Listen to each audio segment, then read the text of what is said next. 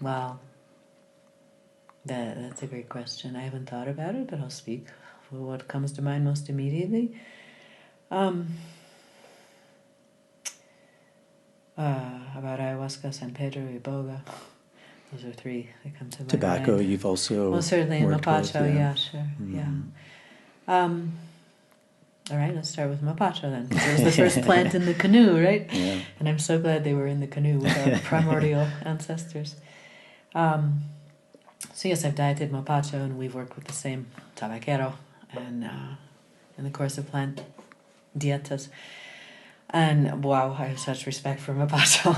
I have such respect for all these plants, but Mapacho for cleaning and strengthening and straightening the inner channels and the emotional body. I was drinking it a month or so ago, and I was just feeling all over again how it's righteous.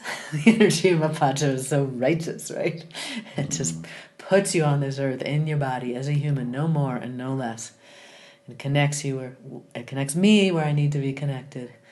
It shows me if I'm screwing up in any way. I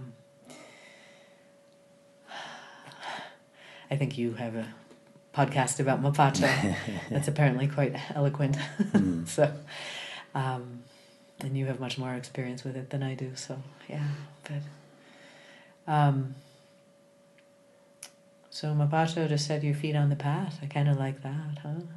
But I'm a fan of drinking it, not just smoking it. And I, if anybody is going to drink it, I would suggest they do it under supervision of an experienced tabaquero like yourself. Ayahuasca for emotional stuff, the emotional body. Ayahuasca for bringing past traumas to light. It's a tricky one, you know, because it's not as clear as either Iboga or San Pedro, for that matter. Maybe that's why it's the furthest out in the canoe.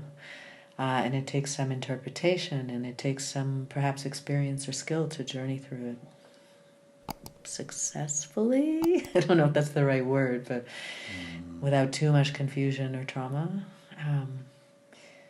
But again, it's something I have a very deep connection with, and I'm so grateful to. Ayahuasca for cleaning too, of course.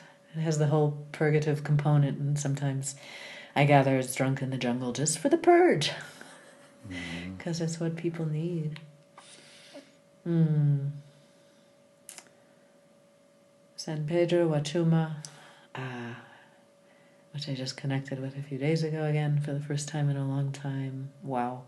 For seeing the beauty of the world, the Garden of Eden that we all live in. For seeing God in all his or her many, many forms. And also for connecting with the masculine.